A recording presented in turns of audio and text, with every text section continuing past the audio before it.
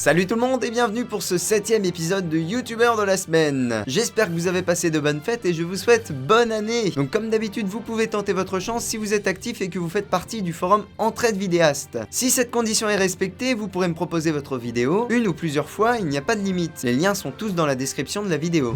J'ai toujours aimé conduire, de jour comme de nuit. Mais je dois admettre que j'ai une petite préférence pour la nuit. Tout est beaucoup plus calme. Cela me procure une sensation de solitude intense. La plupart des gens pensent que la solitude n'est pas bonne pour eux. Moi, elle m'apaise et me repose. Quand j'étais seul, je pouvais enfin penser et réfléchir, sans être sans cesse interrompu par le vacarme de mes semblables.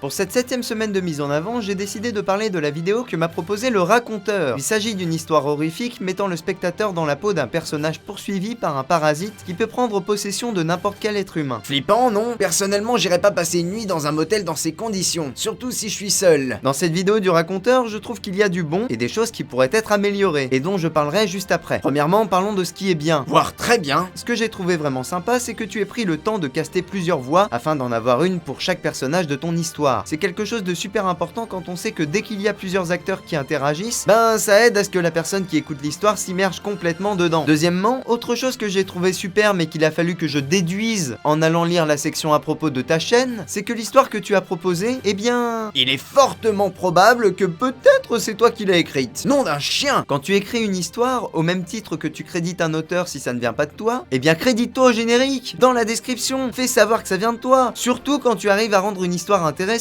Parce que oui, j'ai trouvé ça super prenant. Bon, la fin était assez prévisible, c'est un fait. Mais il vaut mieux réussir un scénario simple plutôt que de s'éclater la tronche sur le bitume avec un scénario complexe que tu n'arriveras de toute façon pas à terminer. Voilà pour ce que j'ai trouvé de vraiment positif. Maintenant prépare-toi bien parce que je vais bien te saler. Mais c'est pour ton bien, pas touche. Bon, déjà je vais être chiant là-dessus et tu vas me détester, mais quand on fait une histoire, il faut vraiment faire gaffe à sa conjugaison. Je vais pas détailler ici parce que c'est pas le sujet, mais une certaine première personne a pris cher dans ta vidéo. Heureusement, c'était pas excessivement régulier, mais fais quand même un peu gaffe. Ensuite, je verrai bien un peu plus d'images, d'extraits vidéo, comme au début de ta production, afin de pousser à fond l'immersion que tu as déjà bien instaurée avec tous tes acteurs. Je sais pas si tu connais, mais pour citer une grosse chaîne et te donner un exemple, celle de Pourquoi avoir peur est plutôt bien calée dans la création d'ambiance visuelle et sonore. Ça peut te donner un exemple, car c'est assez bête de rester plusieurs minutes sur une image de Judas. Perso, ça me dérange pas puisque je suis quelqu'un qui aime quitter l'écran des yeux lorsque j'écoute une histoire d'horreur, ou même une histoire tout court, mais certains aiment bien être stimulés visuellement, et je peux comprendre ça. Enfin, et ensuite promis, je range la salière. La musique que tu utilises est parfois trop forte, et certaines de tes paroles deviennent alors incompréhensibles. À la limite, tu devrais jouer sur les niveaux afin d'augmenter ou de baisser le volume suivant le moment de ton histoire. Ça peut tout autant améliorer l'immersion de ton audience. En tout cas, j'ai passé un très bon moment sur la vidéo du raconteur. Il a réussi à capter mon attention pendant près de 20 minutes, et le temps a vraiment défilé d'un claquement de doigts, ce qui n'est vraiment pas une mauvaise nouvelle pour l'avenir de sa chaîne. Nous arrivons à présent au terme de ce YouTubeur de la semaine, j'espère qu'il vous a plu. Moi je vous retrouve la semaine prochaine pour un nouveau membre et du coup une nouvelle mise en avant. D'ici là, je vous souhaite de bien vous porter,